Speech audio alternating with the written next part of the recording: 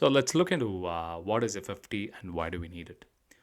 Imagine you are in a party, there is a music playing, people are speaking, and you might be hearing a whistle sound from the kitchen.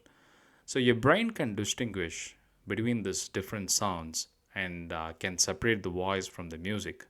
And this is what exactly Fast Fourier Transform does. It breaks down a complex signal into its individual frequency components.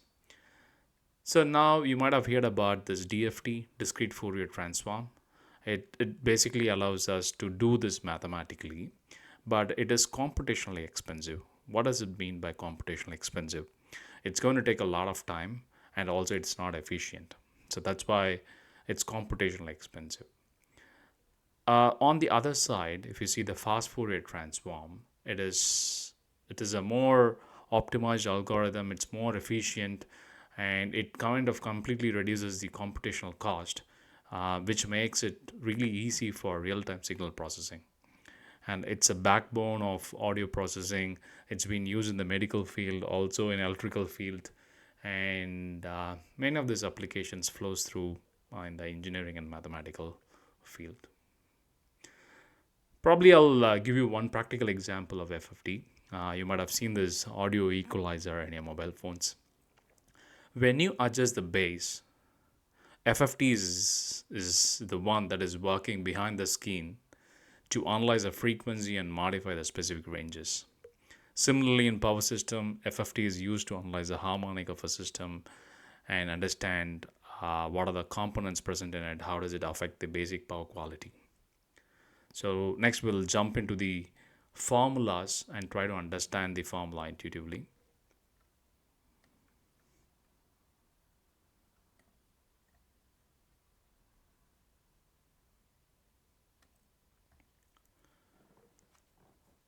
Discrete Fourier transform DFT converts discrete time signal into frequency domain representation. So this is the formula that basically represents it. So what this equation essentially does is it decomposes the signal into weight summation of sinusoidal components. So x of h basically represents how much of a specific frequency component is present in x of n. X of n is a time domain signal or a complex signal that we are basically analyzing as part of the Fast Fourier transform. And if you want to understand it a bit more, what this x of s finally gives us is a complex number. When we say complex number, it has got both magnitude and phase. Magnitude tells us how much of frequency is present, whereas the phase tells us the time shift that frequency has gone through in that signal. So this is the high level explanation of what this formula basically, and we use this formula throughout this Fast Fourier transform to understand what this complex signal has got in terms of frequency, magnitude, and phase.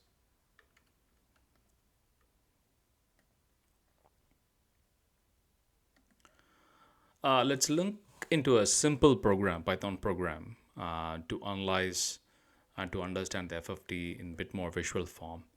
So we are basically importing two libraries. One is NumPy and Matplotlib. So NumPy has got a method and functions within it to basically do the FFT efficiently. So I'll be using NumPy for it, and to show some visual representation, we are using a Matplotlib. So let's start with the sampling frequency that we are going to use for this analysis. So sampling frequency has been left to 1000. F of s is equal to 1000. Higher the sampling, better the FFT results would be, analysis would be.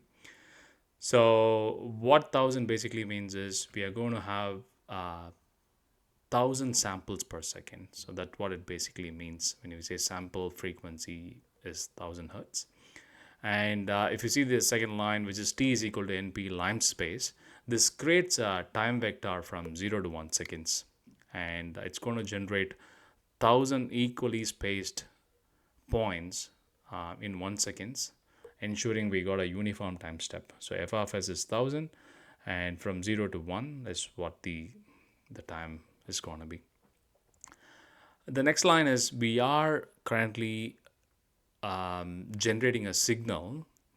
So this signal is going to have two main components of sine wave of 50 hertz, 50, and sine wave of 120 hertz.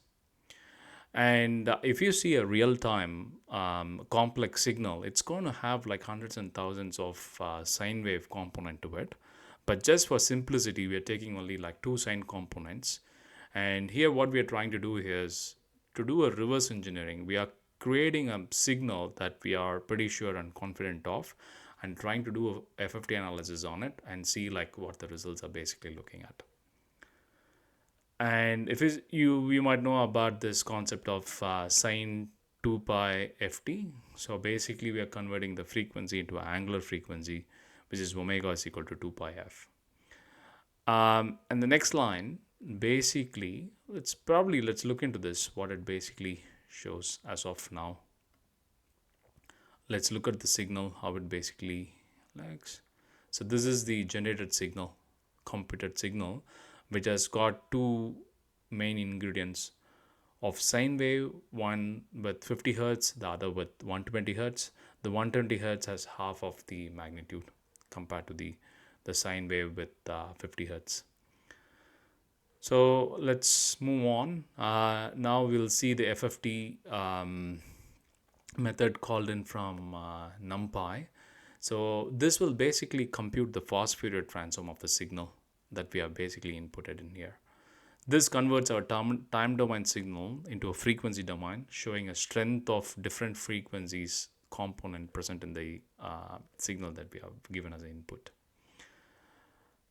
This particular syntax, what it does is it takes it computes the corresponding frequency values for the FFT output. So the best way I usually do is go into the Python manual itself, NumPy manual, and look into what it basically does. If you see here, so it has got three parameters. We are basically using only the first two parameters. The last parameter is left as a default one. So FFT frequency, the first parameter is a window length. In our case, the window length is 1000, and that's a sampling frequency. And the second parameter that we are using is the sample spacing. So the sample spacing in our case is 1 divided by n, which is like 0.001. So that's what we are showing here. So length of the signal, and the second parameter is 1 divided by fs. That's a sampling space that we have used. By using that, so we create an array of frequencies from minus 500 to plus 500 hertz, because FFT produces both positive and negative frequencies. So if you move on to the next line, let's run this line, let's run the other line. And with the matplotlib, we are creating figure size with 8 cross 4 inch for the plotting. And let's generate this as well. And if you move on to this one, so this one basically plots a frequency only of the positive frequency components. Negative frequency components are completely omitted, and positive frequency components are taken for this analysis, and their magnitudes are represented using the absolute function here. And let's try to plot and see what it looks like.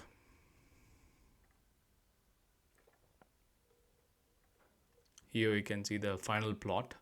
So this plot shows like two peaks, one happening at 50 hertz, the other happening at 120 hertz. So these corresponds to a frequency that are present in a signal. So what is the final takeaway here? So FFT helps us to analyze frequency content efficiently, and this is mainly used in audio processing and also widely used in a lot of other engineering sectors like power system analysis, medical field. Also, they have been recently helpful in doing some AI implementations. And the last example I showed you with this Python scripting helps us to visualize how we were able to extract the dominant frequency components in a wave or a signal that we actually created. So this is a kind of high level overview of what FFT does and what are the examples where it's basically used, and a small visual representation. Thanks for joining us today in this video, and appreciate your support. We'll see you in the next video. Thank you. Bye.